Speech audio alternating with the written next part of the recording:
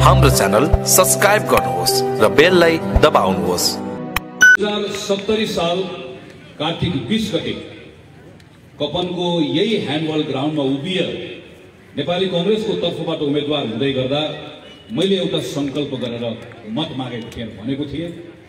एउटा संविधान सभा सफल भयो। कांग्रेसको तर्फबाट संविधान सभामा गएर काम गर्ने मौका दिनुस्। 4 वर्ष काम गर्छौं, संविधान बनाउन सक्यौं, फेरि फिर्ता आउँछौं। संविधान बनाउन सकेनौं, तपाईहरुको अगाडि मत माग्न आउँदैन।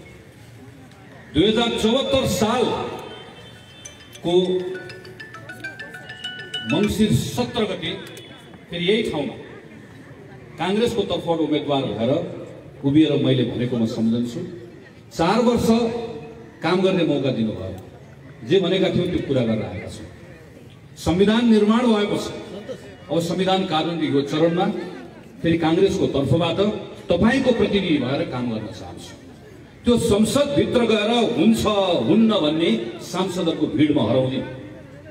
समस्या मात्र देखाउँदिन, परेको बेलामा समाधानको पक्ष हुने कोसिस पनि गर्नेछु। तपाईको सांसद भएर निरन्तर त्यो प्रयास निरन्तर गरिरहेको। संविधानको विषय तलमाथि हुँदै गर्दा विरोध गरे, शासनमा सरकार चुक्दै गर्दा प्रतिरोध गरे।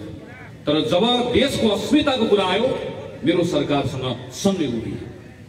सिंगो देशलाई कोरोनाको संकटले गाँच्दै गर्दा सरकारसँग सहयोगको हातलाई अगाडि बढाए। तपाईको सांसदको रूपमा आफ्नो जिम्मेवारी निर्वाह गर्नका निम्ति दत्तचित्त भएर लागिरहे।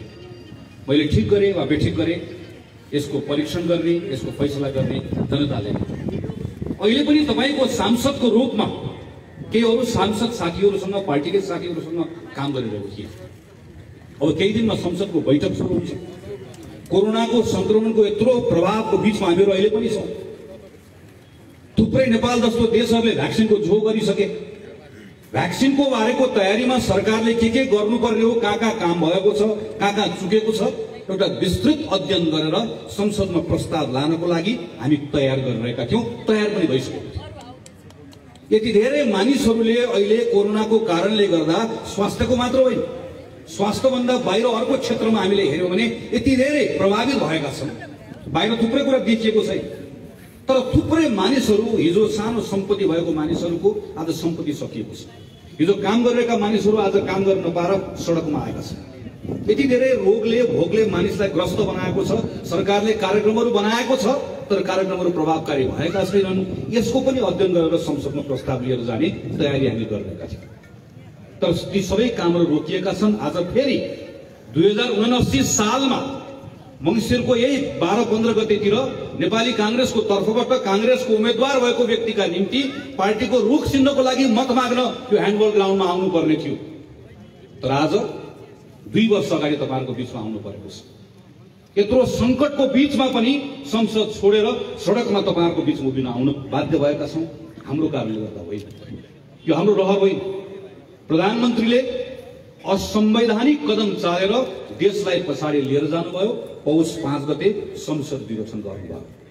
यो संसदले सांसद केपी ओलीलाई प्रधानमन्त्री बनायो।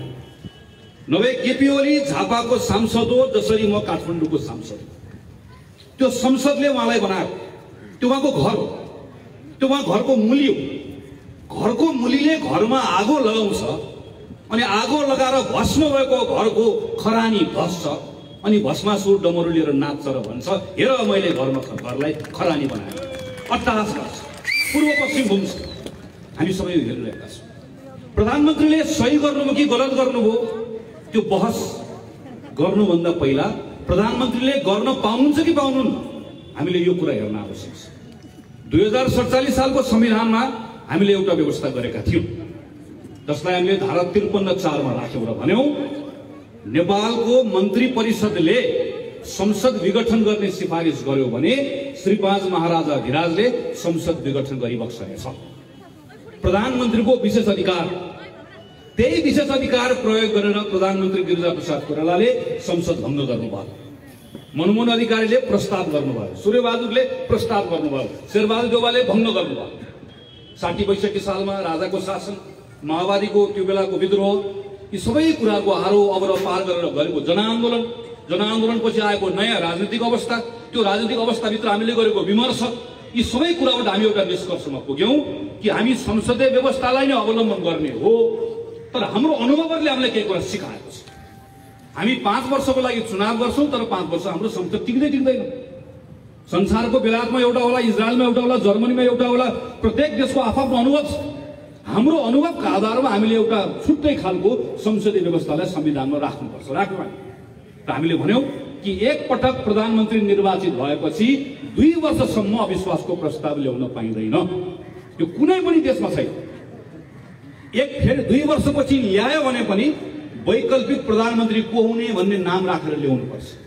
यो पनि कुनै देशमा छैन। अनि असफल भयो भने फेरि 1 वर्ष ल्याउन पाइँदैन। यो पनि कुनै देशमा छैन। अनि हामीले सँगै के भन्यौं, 5 वर्ष संसद राख्ने। मलाई त अहिलेसम्म याद छ त्यो दिनको छलफल। हामीले त कतिसम्म भनेका थियौं भने संयुक्त राज्य अमेरिकामा जस्तै मङ्सिरको यति गते चुनाव हुन्छ भनेर तिथि नै संविधानमा लेखौं, जसरी हामीले जेठ 15 गते बजेट आउँछ भनेर हाम्रो संविधानमा लेखेका छौं। यसै गरिकन लेखौं भनेर छलफल गरे। तर छलफल गर्दै गर्दा एउटा कुरा सम्झ्यौं हामीले कि एउटा साल संसदको चुनावको मिति घोषणा गरेको बेलामा त्यो मितिमा ठूलो एकादशीको तिथि परेको। ठूलो एकादशीको तिथि परेकोले मिति सार्नु पर्यो।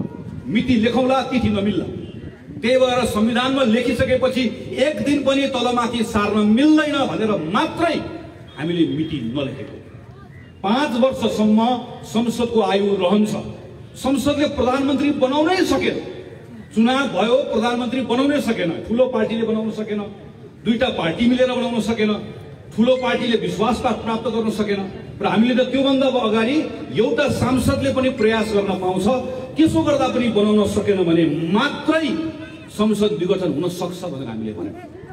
बहुमत प्राप्त गरेको प्रधानमन्त्रीले संसद विघटन गर्न पाउने काम असंवैधानिक भन्दा पनि पहिला त्यो अनधिकृत हो। नेपाली कांग्रेसको सभापति शेरबहादुर देउवा हुनुहुन्छ। उहाँले मलाई अहिले केन्द्र सदस्यबाट निकालिदिनु भयो भने मैले के भन्न सक्छु, विधान अनुसार तपाईले मलाई निकाल्न पाउनुहुन्न। उहाँले भन्नु होला पाउँछु। यो विधानको विषय हुन्छ, वैधानिक भयो कि अवैधानिक भयो भन्ने हुन्छ। तर नेपाली कांग्रेसको केन्द्रीय सभापति शेरबहादुर देउवाले आजदेखि तिमी नेपाल कम्युनिस्ट पार्टीको सदस्य छैनौ भनेर केपी ओलीलाई निकाल्नु भयो भने के हुन्छ? त्यो अनधिकृत हुन्छ। यो प्रधानमन्त्री केपी शर्मा ओलीले संसद विघटन गर्नु भनेको त्यस्तै अनधिकृत काम हो, जुन कुराको अधिकार उहाँसँग छैन। संसद प्रधानमन्त्रीले विघटन गर्न पाइन्छ भन्ने कुरा अदालतले फैसला गरिदियो भने त्यो दिनबाट प्रधानमन्त्रीले अदालत विघटन गर्दै पनि हुन्छ, पाइन्छ नि। किनकि नलेखेको कुरा गर्न यो पाइन्छ भने त्यो पनि गर्न पाइन्छ। 2 र 2 जोडेर 4 हुन्छ भनेर संविधानमा लेखेको देखा भनेर लेखेको छैन भन्नुको अर्थ 2 र 2 जोड्दै गर्दा एउटा संकाले आएर 5 हुन्छ भनेर अपव्याख्या गर्न मिल्छ। यो त्यस्तै हाम्रो संविधानले त्यसको कल्पना गरेको छैन। त्यसैले प्रधानमन्त्रीले सोध्नु भयो अरे कसले भने संसद पुनर्स्थापना हुन्छ भनेर? प्रधानमन्त्रीले सोध्नु भयो अरे कसले भने? यी मैले भने सुन्नु भयो? अहिले मैले भर्खर को सुभाष नेमाले भनेको सुन्नु भएन? को अग्नि खरेलले भनेको सुन्नु भएन? को संविधान बनाउने मानिसहरूले भनेको सुन्नु भएन? को पूर्व प्रधान न्यायाधीशले भनेको सुन्नु भएन? हामी संविधान बनाउनेहरूले आएर भनेको। त्यसैले प्रधानमन्त्री केपी शर्मा ओलीलाई मेरो आग्रह छ, हिजो धनगढीमा गएर भन्नुभयो अरे संविधान पढ भनेर भन्नुभयो अरे। कमरेड ओली आउनुहोस्, पढौँ न संविधान। तपाईँ मैदान छोडेर भागेर लुकेर बस्नुभएको सुभाष नेमाङलाई बोलाएर आउनुहोस्। म संविधान ढोगेर जारी गर्ने रामवरण यादवलाई लिएर आउँछु। खुला मञ्चमा बसौँ।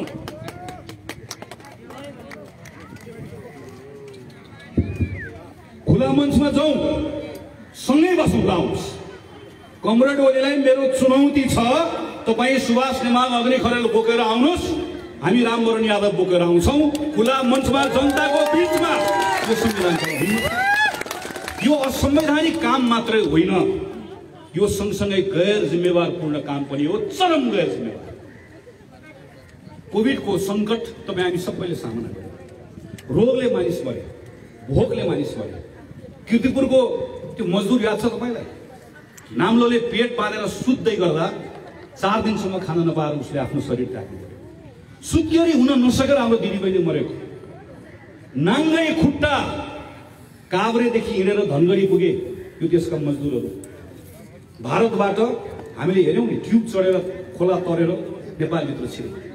दैनिक ज्यालादारी गर्ने मानिस, उद्योग धन्दा चलाउने मानिस, किसान, मजदुर, विद्यार्थी सबको बिजोग भयो।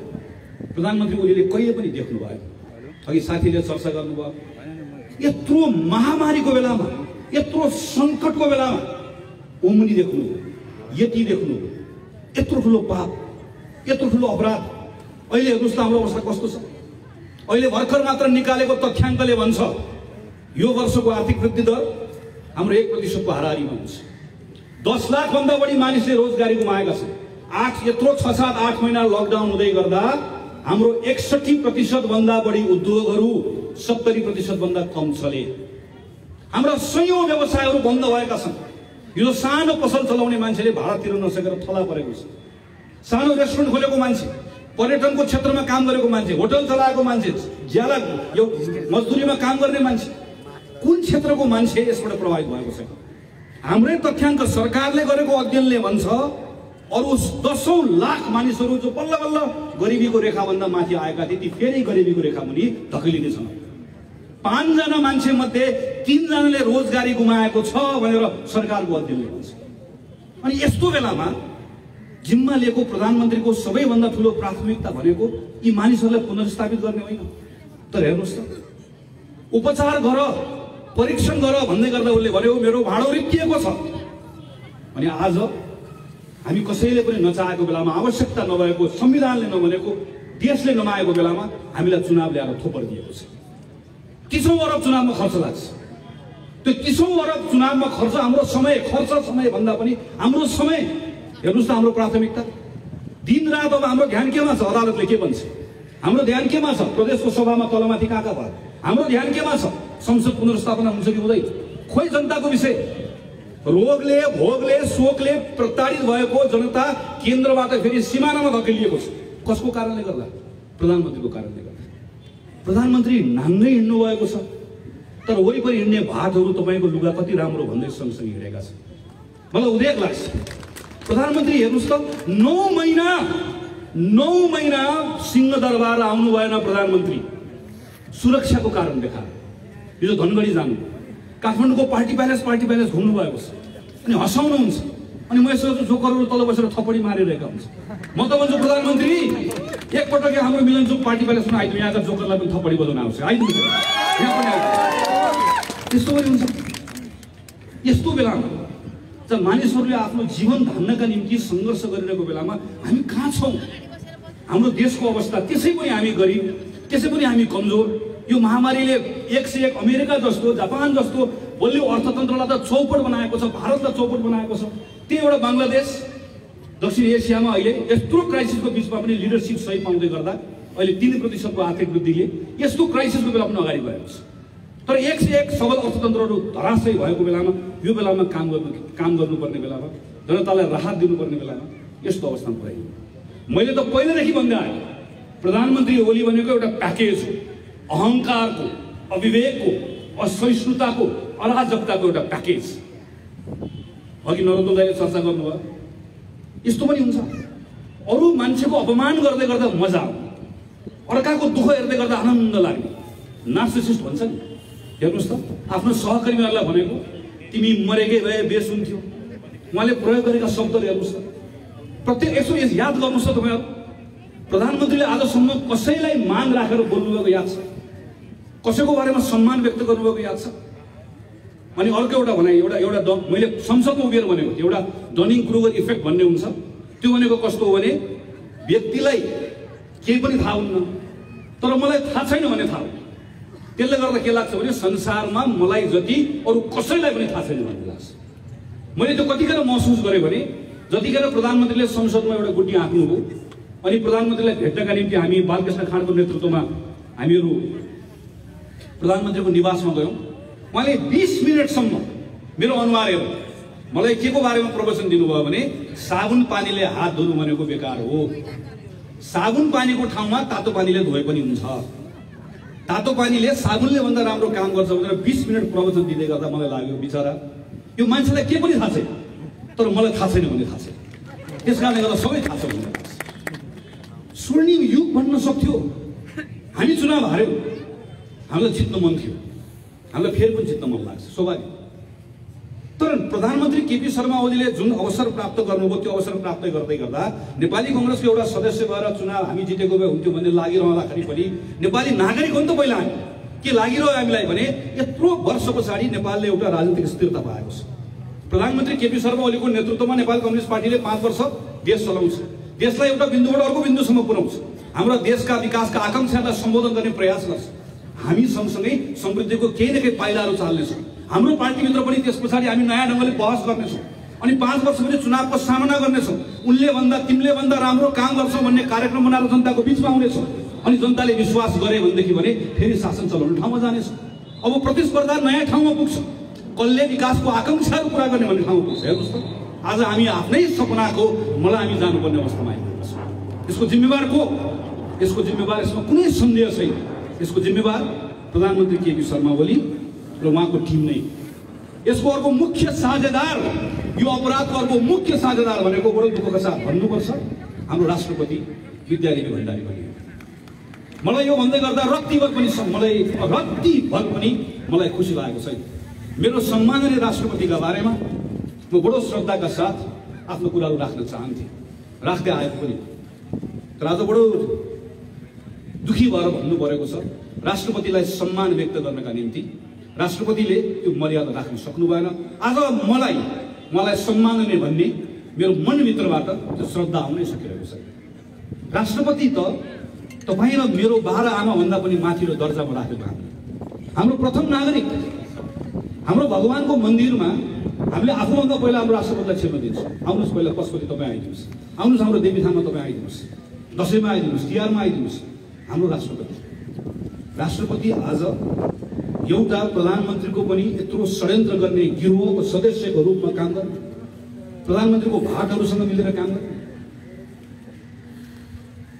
प्रधानमन्त्रीले लिएर गएको अध्यादेश 18 मिनटमा उहाँले सदन गर्नु।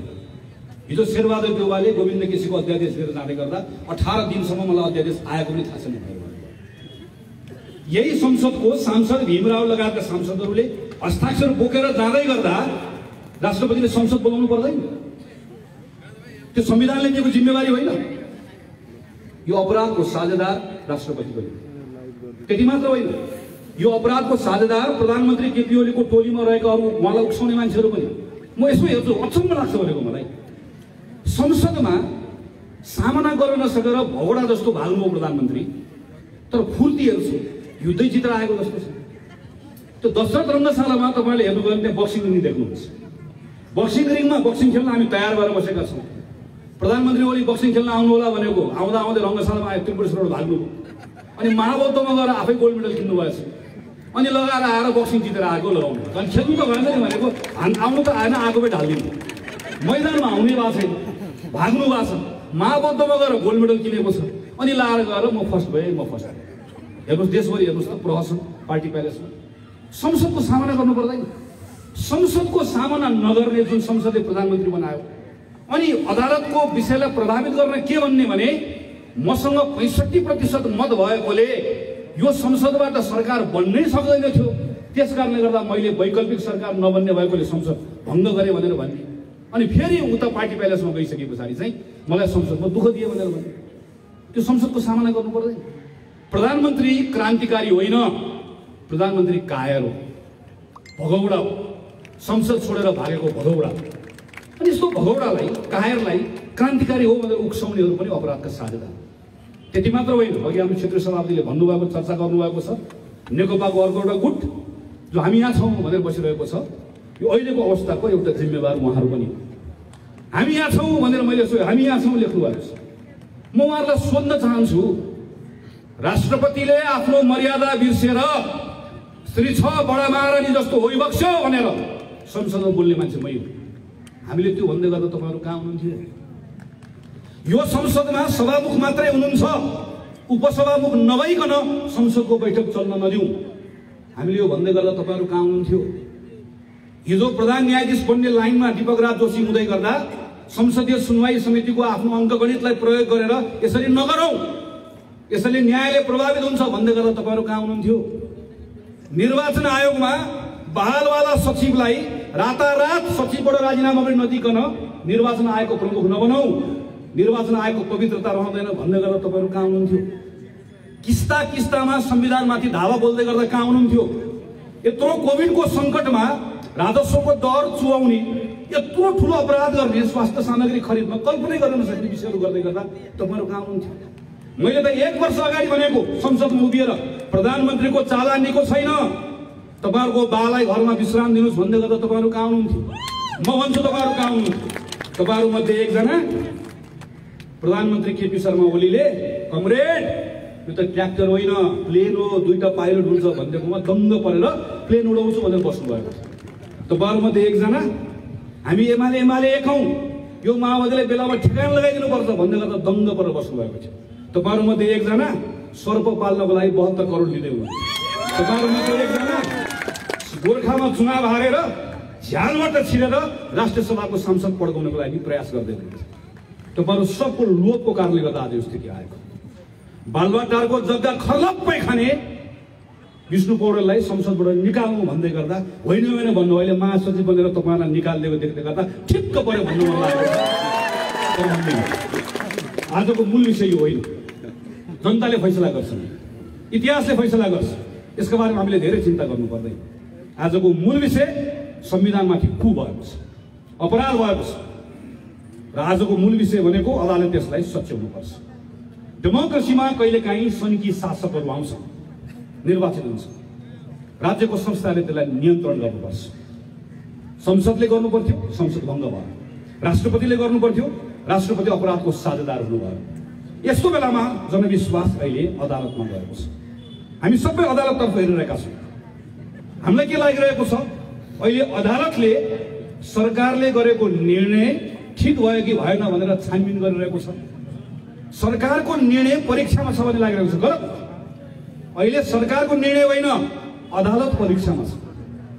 श्रीमानहरू परीक्षामा हुनुहुन्छ, हामी सबै परीक्षा लिइरहेका छौँ। कसले भन्छ अदालतको विषयको बारेमा बोल्न पाइँदैन? हेर्नुहोस् त, लोकतन्त्रमा विधिको शासन जहाँ हुन्छ त्यो ठाउँमा कहिलेकाहीँ संस्थाहरूले विधिको शासन खलबलाउन थाले भने त्यसले ठिक ठाउँमा ल्याइदिन्छ। अमेरिकाको राष्ट्रपति डोनाल्ड ट्रम्प, जसले हाम्रो जस्तो होइन हातले टिपेर छानिकन बनाएको न्यायाधीश हो, आज यो निर्वाचनको परिणाम मैले मान्दिनँ भन्दै गर्दा ट्रम्पले बनाएको न्यायाधीश, छानेको न्यायाधीश, कृपा गरेको न्यायाधीश हो। तर आज डोनाल्ड ट्रम्पको अविवेकी असंवैधानिक निर्णयको पक्षमा उनीहरू उभिएन।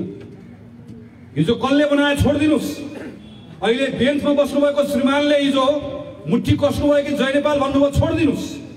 तपाईँको धर्म, तपाईँको कर्तव्य अहिले संविधानप्रति।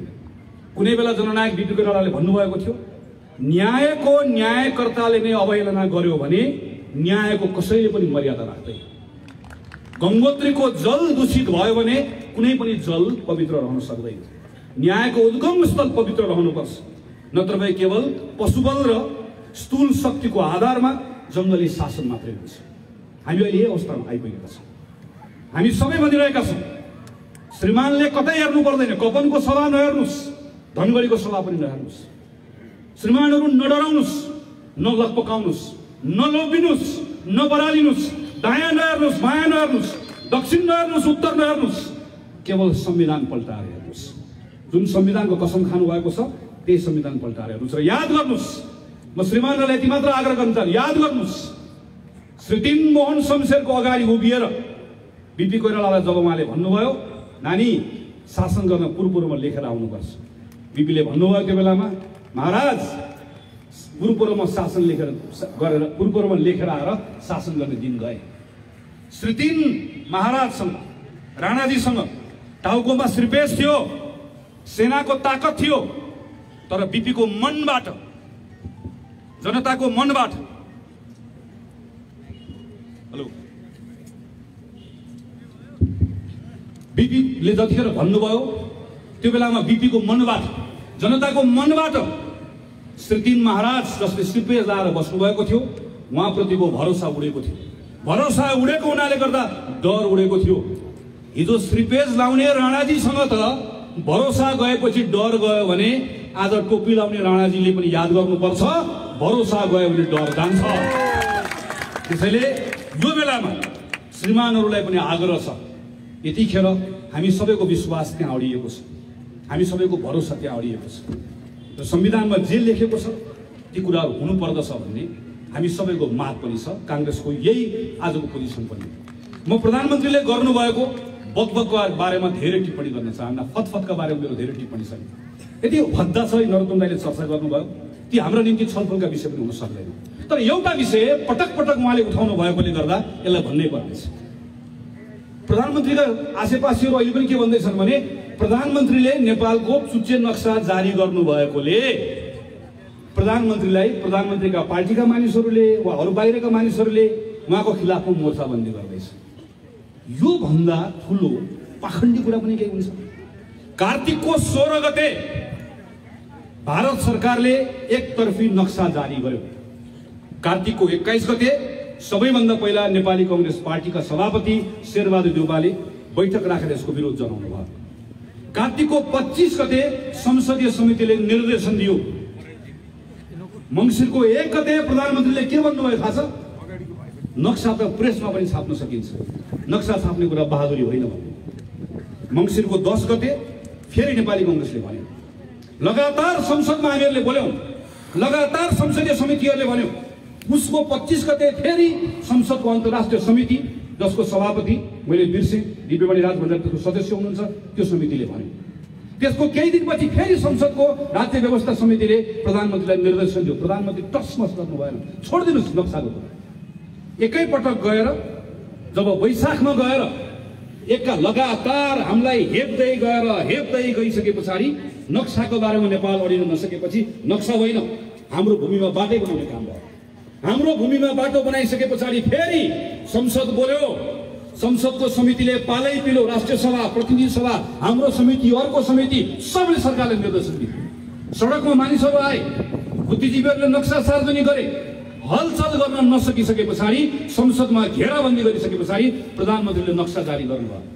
तर त्यो बेलामा फेरि हामीले भन्यौं यो नेपालको प्रधानमन्त्रीले जारी गर्नुभएको नक्सा हाम्रो नक्सा हो। हामीले त्यो बेलामा यो पार्टी त्यो पार्टी भनेनौं। हाम्रो पार्टीको निर्णय गरेर सर्वसम्मत हाम्रो संसदबाट नक्सा पारित गर्यो। एकजनाले बोलेन खिलाफमा, एकजना बोल्नुभयो, संसदबाट बिदा हुनुभयो। देशमा सबै देशबाट नागरिक एक ठाउँमा आए, के कांग्रेस के कम्युनिस्ट। अनि आज अहिले आएर फुर्ती लगाउने, आज हामी देखिरहेका छैनौँ। हेर्नुहोस् त हाम्रो हालत। चीनका मानिसहरू खुल्लम खुल्ला राष्ट्रपति प्रधानमन्त्रीका चलिरहेका छन्। भारतको प्लेन आयो, खुफिया एजेन्सीका मान्छे मध्यरातसम्म प्रधानमन्त्रीसँग भेट्यो भन्ने हामी समाचारमा पढ्छौँ। नेपाल चीन र भारतको खेल मैदान जस्तो बन्न पुगेको छ। कहाँ छ हाम्रो स्वाधीनताको स्थिति? यो ठाउँमा पुर्याउने अनि उल्टो आम जनताको बिचमा त्यो भावनासँग खेल्ने कि मैले नक्सा जारी गरेको कारणले गर्दा भारतले एकतर्फी हाम्रो भूमि लिएर नक्सा जारी गरिसके पछाडि तपाईँ हामी होइन, सबै कांग्रेस कम्युनिस्ट सबै कुरा छोडेर हामी एक ढिक्का भएर संसदभित्र बाहिर सबले हाम्रो नक्सा जारी गर्ने, भूमि पनि ल्याउने भनेर संकल्प गरेको हामीले होइन, हाम्रो प्रधानमन्त्रीलाई ताकत दिएको हामीले होइन। अनि यस्तो विषयलाई आफ्नो घरभित्रको झगडा मिलाउन नसक्ने, आफ्नो घरभित्रको महत्वाकांक्षाको टकराव यो ठाउँमा पुग्ने अनि प्रयोग चाहिँ जनताको यो भावनासँग गर्न खोज्ने, यो तहको नौटङ्की। अझ अहिले मैले हिजो सुने प्रधानमन्त्रीको सहयोगी शालीन भनेर चिनिने परराष्ट्र मन्त्रीले भन्नुभएछ कि अब नेपालमा नेपाली फ्लेभरको, नेपाली सुगन्धको लोकतन्त्र भएकोले यस्तो ठाउँमा हाम्रो संसद विघटन गर्न पाइन्छ। जब लोकतन्त्र अगाडि नेपाली माटो सुहाउँदो यस्तो फ्लेभर भन्ने कुरा सुरु हुन्छ, त्यहाँबाट खतरा आयो भन्ने कुरा हामीले बुझ्नुपर्छ। संसारभरि यस्तै हो। आजको दिनमा शासकहरू के भन्न सक्दैनन् भने डेमोक्रेसीबाट छिछि दूर गर्न भाग्न सक्दैन। अमेरिकाको ट्रम्प पनि त्यही हो, ब्राजिलको बोल्सोनारो पनि त्यही, सबै त्यही। अनि के भन्छन् भने त्यस कारणले गर्दा रुसको पुटिनले के भन्छन्, उनले सार्वभौम लोकतन्त्र, प्रत्येकले आफ्नो लोकतन्त्रको अगाडि एउटा फुलबुट्टा भन्छ। हाम्रो प्रधानमन्त्रीले के भन्नुभएको छ? हाम्रो प्रधानमन्त्रीले अहिले आएर, हाम्रो प्रधानमन्त्री उहाँको टिमले अहिले आएर के भन्छ भने नेपाली फ्लेभरको लोकतन्त्र। नेपाली फ्लेभरको लोकतन्त्र कस्तो रह्यो भने प्रधानमन्त्री संसद आउनु नपर्ने, संसद विघटन गर्ने, सरकार काम चलाउन नहुने, प्रधानमन्त्री धनगढी जाने, अनि धनगढीको सभामा कालो टोपी पनि कसरी लाउन नपाउने, निर्मला पन्तको बलात्कारी समात्दै नहुने, निर्मला पन्तको बलात्कारी खोइ भनेर प्रश्न गरेर लगेर धराप लगेर थुनिहाल्नु पर्यो नेपाली फ्लेभरको लोकतन्त्र। यो कास्टिङ मात्रै हो, धेरै कुरा हामीले हेर्न बाँकी छ। यदि हामीले समयमै यसलाई ठिक ठाउँमा लिएर आएनौँ भने ठिक ठाउँमा ल्याइन्छ। हेर्नु साथीहरू, हामीले त्यो ताकत राख्नै पर्छ। संसद पुनर्स्थापना हुन्छ, अदालतले न्याय गर्छ, अदालतले विवेक पुर्याउँछ। अनि यो संसद पुनर्स्थापना भएपछि पहिलो काम के हुन्छ? मैले जो भक्तपुर बालकोट गएर भनेर आएको छु, बाटो ठिक गर्नुहोस्, प्रधानमन्त्रीलाई घर फर्काइन्छ। उहाँले बनाउनु भएको दमकको भ्यू टावरमा लगेर भ्यू टावरबाट एकपटक दमक हेर्न लगाइन्छ। तर संसद हाम्रो क्षेत्रमा पनि छ। यहाँ संसद पुनर्स्थापना भएपछि महामहिम राष्ट्रपतिलाई पनि चपली ल्याइन्छ। चपलीको बाटो पनि हेर्दै गर्नु होला, ठिकठाक सफा गरेर पुर्याइन्छ त्यहाँ। अनि त्यो संसदले सब ठिक मिलाउँछ, चाँजो बाँझो मिलाउँछ।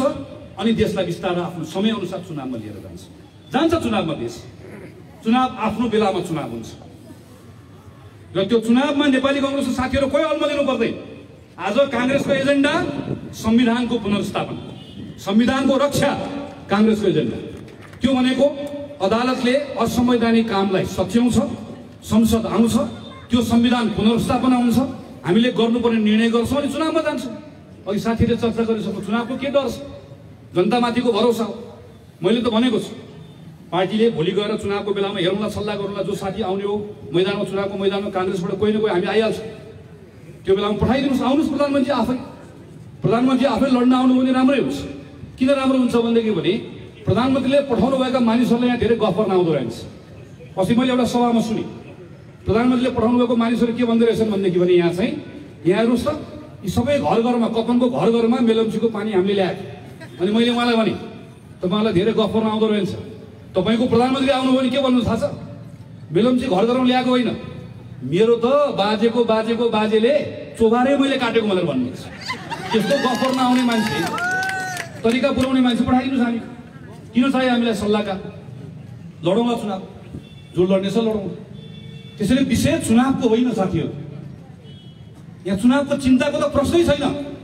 चुनाव हिजो गिरिजाप्रसाद कोइरालाले शान्ति प्रक्रिया सम्पन्न गर्ने, नेपाललाई हिंसाबाट बाहिर निकाल्दै गर्दा जतिखेर पहिलो संविधान सभाको चुनाव गराउनु भयो, त्यो बेलामा निर्वाचन हारिन्छ भन्ने कुरा राम्रोसँग थाहा थियो। हामी चुनाव हार्न तयार भयौँ, तर देशलाई हार्न दिएनौँ। शेरबहादुर देउवाले यो पटक निर्वाचन गराउँदै गर्दा तपाईँ हामीलाई थाहा थियो भने शेरबहादुर देउवालाई थाहा थिएन? दुईटा कम्युनिस्ट पार्टी मिलेको बेलामा कांग्रेस चुनाव हार्छ भन्ने थाहा थिएन? अनि त्यो बेलामा मलाई अहिले पनि याद छ, बालुवाटारमा म थिएँ त्यो दिन। केही साथीहरूले त्यो बेलामा चुनाव हार्ने कुरा निश्चित थियो। मधेसी दलसँग पनि हाम्रो कुराकानी मिलेन। त्यो बेलामा शेरबहादुर देउवालाई केही कानुनको साथीहरूले आएर तपाईँले यो धारा समात्नु भयो भने तपाईँले प्रदेशको चुनाव, अहिलेको चुनाव सार्न सक्नुहुन्छ, अदालतमा विषय लान सकिन्छ भनेर आएको बेलामा तत्कालीन प्रधानमन्त्री शेरबहादुर देउवा बरु कांग्रेसले चुनाव हार्ने कुरा सहन तयार हुनुभयो। तर अहिले मैले चुनाव गरिन भने देश हार्छ, संविधान हार्छ भनेर तयार हुनुभयो। हामी पनि तयार भयौँ, हामी हार्न तयार भयौँ, तर संविधान हार्न दिएनौँ, चुनाव हार्न दिएनौँ। अहिले हामीलाई जितको हतार नगरौँ साथीहरू, धेरै हतार नगरौँ। जिम्मेवारी आउँछ, सम्हाल्नु पर्छ, सम्हाल्ने हो। तर यो बेलामा एकजना व्यक्तिको सनकले हाम्रो घरमा आगो लागेको छ। अनि घरमा आगो लागेको मान्छे खरानी धसेर देशभरि अट्टहास गरेर हिँडेको बेलामा सम्हाल्ने काम हाम्रो, हामीले सम्हाल्नुपर्छ। हामीले अहिले सम्हालेनौँ भने अँध्यारो सुरुङमा देश जान्छ। अनि अँध्यारो सुरुङमा देश गयो भने उज्यालो कहाँ छ हामी कसैलाई पनि थाहा छैन। वैशाखपछि के हुन्छ कसैलाई थाहा छ? हाम्रो संविधानमा लेखिएको छ केही, अनि कहाँ जान्छ? अनि त्यसपछि कहाँ अनि त्यस पछाडि फेरि के मागहरू आउँछ, ती मागहरूले दोहोऱ्याएर कहाँ लिएर जान्छ? डर मागसँग होइन, डर नेपालको फेरि एकपटक हामीले प्राप्त गरेको अवसर खेर जान्छ भनेर। 15 सालमा अवसर आयो, राजा महेन्द्रको महत्वाकांक्षाले गयो। 47 सालपछि अवसर आयो, हामीले पनि काम गर्न जानेनौँ। माओवादीको दुस्साहस, दरबारको षड्यन्त्र फेरि गयो। 62-63 आन्दोलनपछि यत्रो वर्ष लगाएर संविधान लेख्यौँ, बल्ल बल्ल बल्ल एउटा व्यवस्था आएको छ। कति गल्ती छ, कमजोरी छ संविधानमा छ, थपौँला, घटाउँला, मिलाउँला। यत्रो हाम्रा यति दुःखका विषयहरू छन्, यत्रो धेरै काम गर्नुपर्ने छ। फेरि यो सब कुरालाई छाडेर फेरि हामी संविधानको धन्दामा लाग्ने, फेरि अर्को 20 वर्ष खेर फाल्ने, फेरि हामी एकपटक चाहिँ यो व्यवस्था चाहियो, त्यो व्यवस्था चाहियो भनेर त्यसमै रुमल्लिने कि देश बनाउने कि अगाडि बढ्ने? हाम्रो अगाडिको प्रश्न यो। त्यसैले म साथीहरूलाई आग्रह गर्न चाहन्छु, पार्टीका तमाम साथीहरूलाई, लोकतन्त्रवादी साथीहरूलाई पनि आग्रह गर्न चाहन्छु, यो बेलामा सोच्नुहोस्। कांग्रेसको साथीहरू त मैदानमा हुनुहुन्छ, म नेपाली कम्युनिस्ट पार्टीमा लागेका साथीहरूलाई पनि आग्रह गर्छु, प्रधानमन्त्री केपी शर्मा ओलीलाई प्रधानमन्त्री बनाउन मद्दत गरेका साथीहरूलाई पनि आग्रह गर्छु। हेर्नुहोस् त, अमेरिकामा डोनाल्ड ट्रम्पलाई सबै हिसाबले साथ दिने उनका उपराष्ट्रपतिदेखि लिएर सबैजना एकपछि अर्को क्यान्डिडेट पुगे।